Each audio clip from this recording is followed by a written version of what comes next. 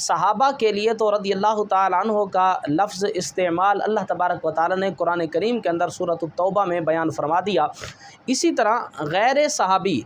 وہ لوگ جو صالحین ہیں، نیک لوگ ہیں اور ان کے اعمال اللہ کے ہاں بڑی بلندی پر پہنچے ہوئے ہیں، ان کے لیے بھی اللہ تبارک و تعالیٰ نے سورۃ البینہ کے اندر رضی اللہ عنہم ورضوا عنہ ذالک لمن خشی ربہ اس لفظ کو استعمال فرمایا کہ یہ اللہ کی رضا ان خاص نیک اور صالحین کے لیے ہے جو اپنے رب سے ڈرتے ہیں اور ان کے دل میں اللہ کی خشیت ہے۔ جو رب سے ڈر گئے اور اللہ تعالیٰ کا خوف اپنے دل میں رکھتے ہیں، ان کے لیے اللہ تعالیٰ نے لفظ رضی اللہ عنہ کو قرآن کریم کے اندر سورۃ البینہ میں استعمال فرمایا۔ تو الغرض کہنے کا مطلب یہ ہے کہ صالحین امت صحابہ کے علاوہ تابعین ہوں یا تابعین سے نیچے درجہ کے ایسے لوگ جو صالحین، محدثین، ائمہ گزرے ہیں، ان کے لیے بھی اگر لفظ رضی اللہ تعالی عنہ کا استعمال کیا جائے تو اس میں کسی قسم کی کوئی قباحت نہیں۔